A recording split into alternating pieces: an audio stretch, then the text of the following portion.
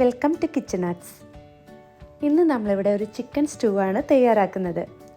നമുക്ക് അപ്പത്തിനും ബ്രെഡിനൊക്കെ സൈഡായിട്ട് സെർവ് ചെയ്യാൻ പറ്റിയ നല്ല ടേസ്റ്റി ആയിട്ടുള്ളൊരു ചിക്കൻ സ്റ്റൂ നമുക്ക് തയ്യാറാക്കാം. ആദ്യം അതിനായിട്ട് ഞാനിവിടെ ഒരു പാൻ ചൂടാക്കിയിട്ടുണ്ട്. അതിലേക്ക് 1.5 ടേബിൾ സ്പൂൺ വെളിച്ചെണ്ണ ഒഴിച്ചു കൊടുത്തിട്ടുണ്ട്. ഇനി നമുക്കതിലേക്ക് ഒരു ചെറിയ കഷ്ണം പട്ട, 4 ഏലക്ക, അതുപോലെ ഒരു 5-6 ഗ്രാമ്പൂ. ഇനി ഞാനിതിലേക്ക് ഒരു ചെറിയ ബേ ലീഫ് ചേർത്ത് കൊടുക്കുന്നുണ്ട്. ഇത് നമുക്ക് ഈ ഓയിലിൽ നല്ല പോലെ ഒന്ന് ചൂടാക്കിയെടുക്കാം. ഇനി ഇതിലേക്ക് ഒരു ചെറിയ കഷ്ണം ഇഞ്ചി നീളത്തിൽ അരിഞ്ഞതും അതുപോലെ തന്നെ ഒരു 7-8 വെളുത്തുള്ളി ഇതുപോലെ ഒന്ന് അരിഞ്ഞെടുത്തതും കൂടി ഇതിലേക്ക് ചേർത്ത് കൊടുക്കുന്നുണ്ട്. നമുക്കിത് ഒരു മീഡിയം ഫ്ലെയിമിൽ 1 മിനിറ്റോളം ഒന്ന് വഴറ്റി കൊടുക്കാം. അതിനുശേഷം ഒരു 1.5 സവാള ചോപ്പ് ചെയ്തത്, നമുക്ക് ചെറിയ സവാള ഉപയോഗിക്കുന്നെങ്കിൽ നമുക്ക് 2 എണ്ണം ഉപയോഗിക്കാം. ഇതുപോലെ ചെറുതായിട്ട് ചോപ്പ് ചെയ്തിട്ട് ഇട്ട് കൊടുക്കാം. അതുപോലെ തന്നെ നമ്മുടെ എരിവിനനുസരിച്ച് ഒരു 4-5 പച്ചമുളക് ചോപ്പ് ചെയ്തതും കൂടി ഇതിലേക്ക് ചേർത്ത് കൊടുക്കുന്നുണ്ട്. ഇനി നമുക്കിതെല്ലാം കൂടി ഒന്ന് മിക്സ് ചെയ്ത് കൊടുക്കാം. ഇതിലേക്ക് തന്നെ നമുക്ക് കുറച്ച് കറിവേപ്പിലയും കൂടി ചേർത്ത് കൊടുക്കാം.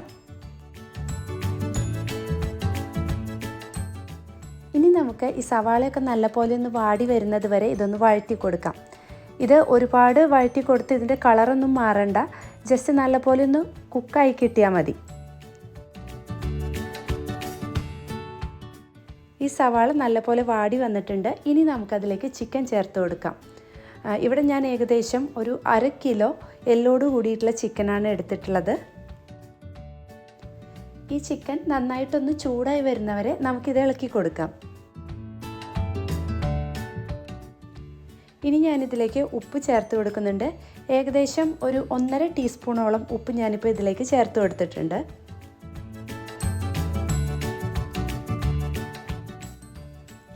അടുത്തതായിട്ട് നമുക്കിതിലേക്ക് തേങ്ങാപ്പാൽ ചേർത്ത് കൊടുക്കാം. ഞാനിപ്പോൾ ഏകദേശം 2 കപ്പ് രണ്ടാം പാലാണ് ചേർത്ത് കൊടുക്കുന്നത്. ഇതിൻ്റെ കൂടെ തന്നെ ഞാനിതിലേക്ക് ഉരുളക്കിഴങ്ങ് ചേർത്ത് കൊടുക്കുന്നുണ്ട്. ഇപ്പോൾ 2 ചെറിയ ഉരുളക്കിഴങ്ങ് ഇതുപോലെ ക്യൂബ്സായിട്ട് കട്ട് ചെയ്തെടുത്തിട്ട് ഞാനിതിലേക്ക് ചേർത്ത് കൊടുക്കുന്നുണ്ട്.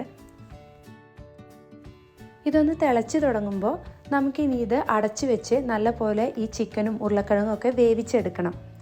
അപ്പോൾ ഒരു മീഡിയം ഫ്ലെയിമിലിട്ട് നമുക്ക് കുക്ക് ചെയ്തെടുക്കാം. ഏകദേശം ഒരു 10-15 മിനിറ്റിനകം ഇത് നല്ല പോലെ നമുക്ക് കുക്കായി കിട്ടും.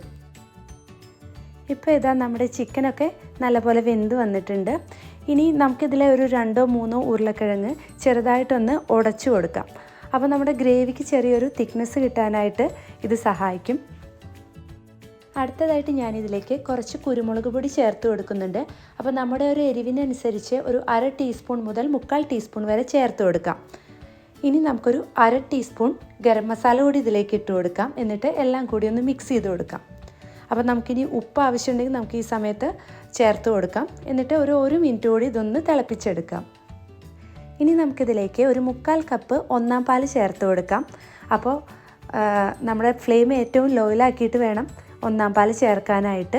അത് ചേർത്ത് കഴിഞ്ഞ് നമ്മളധികം തിളപ്പിക്കരുത്. അതുകൊണ്ട് ഞാനിപ്പോൾ ഫ്ലെയിം ഓഫ് ചെയ്തിട്ട് ഇത് നല്ല പോലെ ഒന്ന് മിക്സ് ചെയ്ത് കൊടുക്കുന്നുണ്ട്.